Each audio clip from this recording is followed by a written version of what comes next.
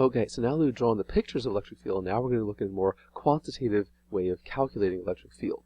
And here we're going to do a side-by-side comparison between gravitational field and electric field. Well, yes, we know gravity and electrostatic effects are not the same thing. There's still enough similarities that we can use what we know about gravity to help inform us about electrostatic effects. So, when we first talked about field way back, we said that field was always a ratio of force per something. The first way we defined gravitational field was gravitational force per mass, where the units were newtons per kilogram. Now, we very quickly, after doing this, proved to ourselves that Newton per kilogram was the same as a meter per second squared, and when we calculated for Earth, we got 9.8 meters per second squared, which is nice, therefore showing that a gravitational field and acceleration due to gravity are the same thing. But regardless, this is how we always define a field, force per something. All right, so let's talk about electric field. All right, so we're going to again use capital E for electric field. That's going to be our symbol. It's going to be a force per something, but which force is it? Well, it's going to be instead of a gravitational force, it'll be the electrostatic force, of course. What will the bottom be? Well, remember, the bottom was whatever the object has that allows it to experience the force. For gravitational effects, that's mass. What's the comparable quantity for electric fields? It's going to be charge. And here it is, lowercase q. This is the test charge, not the source charge. Capital Q will be reserved for source charge, lowercase q for test charge. And we're using absolute value, so this equation will just get us the magnitude. Electrostatic force is vector. For all those pictures of electric field, we're drawing arrows, so they're vectors as well, so it's going to be a vector quantity. The units come directly from the equation. This is going to be newtons per coulomb, of course. And yes, it is a vector quantity, and we're going to go right ahead and box in our new equation to calculate electric field. As always, we're going to define our terms here. So E is electric field strength created by some other charge. And here's where it's so important. We're trying to use the same vocabulary we did back when we did gravitational fields. And remember, it's always important to know what's creating the field and what's experiencing the field.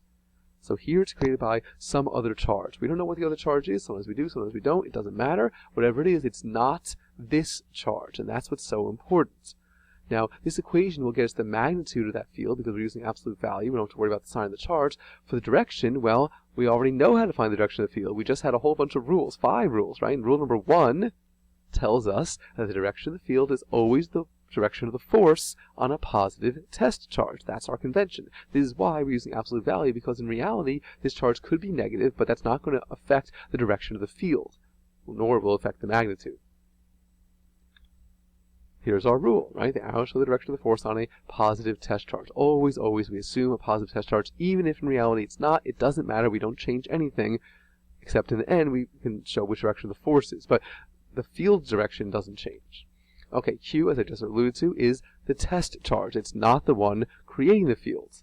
Ideally, it's going to be a small amount because it is a charge, so it does create its own field, but if it's going to test for the other object's field, we want it to be a small amount of charge so its field doesn't disturb the field we're trying to measure. So it's usually a small amount of charge, and again, it is not the charge creating the field. Does it have its own field? Yes, but that's not the field we're looking at. This field is created by some other charge, not the test charge. Okay, so let's be very clear. That's how we use different symbols for it. And then F sub E, that's the force experienced by the test charge.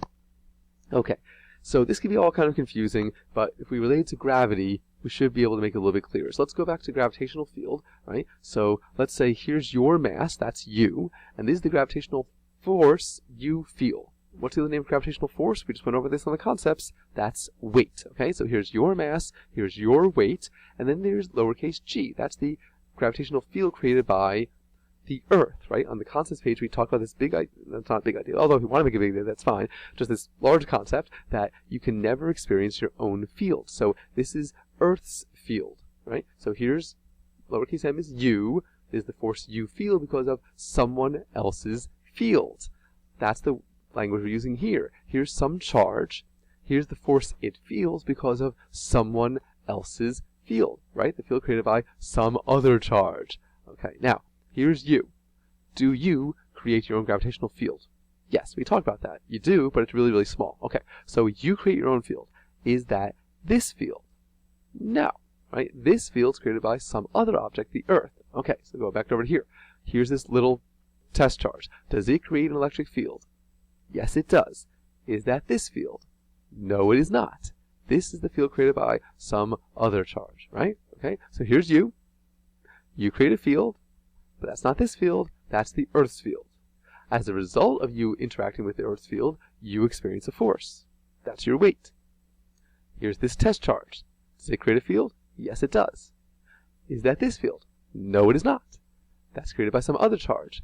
But the test charge is sitting in the field created by some other charge, and they interact with each other, so this charge feels a force, just like you feel a force. Okay? If you need to, review that, play it back over and over and over again, but as we start to do some problems, it's going to become clearer. So let's get into some problems. Let's start with number 13. Okay? So read it. I'm just going to draw some pictures, and then you're going to do some calculations. Okay. So I like to draw pictures to visualize what's happening. We know that the field is pointing down, right? So let's draw. Here's our proton. It's sitting inside a field pointing down. Now we don't know the field is uniform, but we're just going to go ahead and draw it as uniform anyway. Equally spaced. Okay? And it's pointing down. Alright, so we're going to find the magnitude and direction of the force. So go ahead and do the calculation. Alright, so we have our equation E equals FE over Q. We're solving for force. I hope you rearrange. We always rearrange first. And so F sub E equals Q times E. Can you write it E times Q? Of course you can. I just prefer to write it Q times E. It's going to pay off dividends later on, but it means the exact same thing. Just if you could, do me a favor and write it as Q times E. Alright, now what's the charge? Oh, we're not given the charge. Oh, but wait a second. It's a proton. This is what I was talking about at the beginning of this class. That if you know it's a proton, you know its charge. By that I mean you don't have to know it off the top of your head, although after doing this a whole bunch of times you probably will. It means you could look it up. And so if you haven't already, look it up. Okay, so we know the charge, the elementary charge, and here's the field strength. To do a quick calculation, you're going to get this amount of force. But how do we know the direction? Because that's the magnitude direction. I know I gave it away here, but the direction comes back to the picture. And this goes back to rule number 1. So we're always thinking about rule number 1. You don't have to write this, just always be thinking about it, right? The arrows for the field show the direction of the force on a positive test charge. The field lines are pointing down. This is a positive test charge. It feels a force pointing down. That's it. It's always about rule number 1.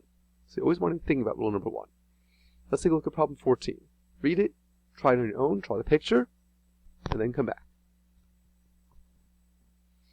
Okay, so we know the field is pointing to the right. So I draw a field pointing to the right, and we have this charge, and it feels a force to the left. So this is the picture we draw. We don't know the sign on the charge yet. We can figure that out later.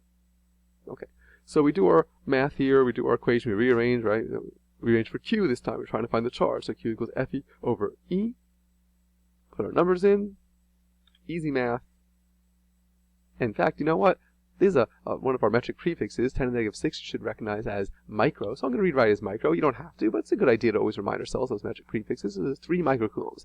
But it doesn't completely answer the question. It says, find the charge, but we don't really know the sign. That's shown here by absolute value. The absolute value of this charge is 3 microcoulombs, but it's not telling us the sign. So how do we know the sign? Well, it's all about the picture and rule number 1. We're always thinking about rule number 1, that these field lines show the force on a positive charge. But look at this. This charge feels a force the other way. That means it must be negative. That's how we do it. And so the actual charge is negative 3 microcoulombs. Here I've gotten rid of the absolute value because now we know the sign on the charge. So negative 3 microcoulombs because it feels a force opposite to the direction of the field. It's all about rule number 1. We're always thinking about that one. All right, here's number 15. Read it, draw a picture, try it on your own, come back.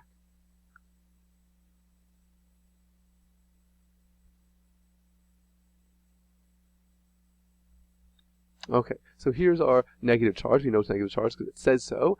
And while most problems we neglect the gravitational force, this problem includes the gravitational force, and it's suspended, it's floating there, right? So I'm going to draw a little free body diagram. What force do we always start with in a free body diagram? Of course. And which way does it point? Of course. Hopefully you said wait, and you said straight down. Remember, it's always straight down. If you didn't say straight down, you're wrong. We've been doing this for a really long time. We always draw straight down, so there's weight. And it's suspended, it's floating there, which means there must be another force pointing which way? It's got to be up. What kind of force is it? Well, it's in an electric field, so it's got to be an electrostatic force. We're not going to draw that field, although we could have. In fact, maybe it's a good idea to, but we'll come back to that later. Alright, so we want to find the amount of charge on the drop. So we know the net force is 0. Which means these forces have to cancel out. So the magnitude of this force has to be the magnitude of the gravitational force. So we just substitute here as QE equals mg. And we're solving for the charge, so it's Q equals mg over E. And now you put numbers in. If you didn't get this far, pause the video, try it on your own. Hopefully you got this value. Now, look carefully. If you got the power of 10 wrong, it's because you did this incorrectly. Look what we're given. You're not given the mass, you're given the weight, right? You're given the weight. That is mg. So actually, you second guess yourself. If you try to multiply this number by g, you're really not reading carefully enough, right? You're given the weight, you're dividing that by the field, we should get this value. How many extra electrons does it carry? Well, maybe you have to restructure now that you maybe had the wrong number there, but we don't have to do some heavy math, although we certainly could, and we've done problems like this before. We know we're going to divide this total charge by the value of the elementary charge, but we should just see this is very close to the number of the elementary charge, off by a factor of 10, so you should be able to recognize just by looking at it, it's carrying 10 extra electrons. Now the problem doesn't actually ask you to draw the electric field, but it's well worth our time. It's a good exercise here, so just pause the video, draw which direction you think the electric field is pointing. Hopefully you're referring back to rule number 1, right? Rule number 1 says the electric field shows the force on a positive test charge. Here our oil drop, our test charge is negative. It feels a force up. And so which way must the electric field be pointing? It should be pointing the opposite way, right? A positive charge would feel a force down, following the field lines, but it's a negative charge that feels a force in the opposite direction. Positive charges follow field lines, negative charges go against field lines, or feel forces in the opposite direction. Okay, let's go on to problem 16. Pause it, try it, come back.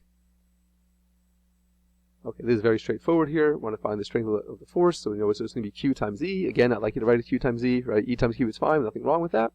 Doesn't even ask for direction, no direction's given, it just a matter of just putting the numbers in, nothing fancy here. Out letter B, you want to find acceleration. Hopefully you started with sigma F equals ma, right? I hope you did, because instead, if you wrote anything other than sigma F equals ma, if you wrote this without the sigma, honestly, at this point in the year, I really don't know whose class you think you're in, right? We write sigma F equals ma every single time we write that equation.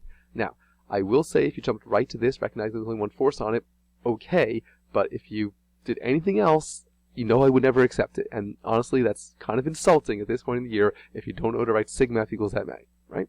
Alright, so just rearrange. It's just force for mass. You found the force already. Divide by the mass. One last question, even though it's not asked here. Is this object a proton?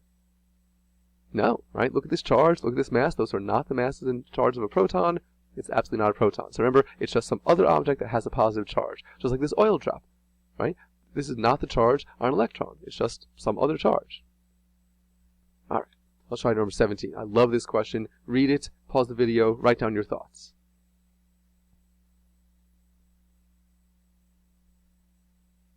Okay, in class, usually this engenders a lot of good debates. We get a lot of different answers. Some people think it's half as much, some people think it's double, other people think it's not changed at all. Let's go through. So hopefully you're thinking about this equation, E equals Fe over Q.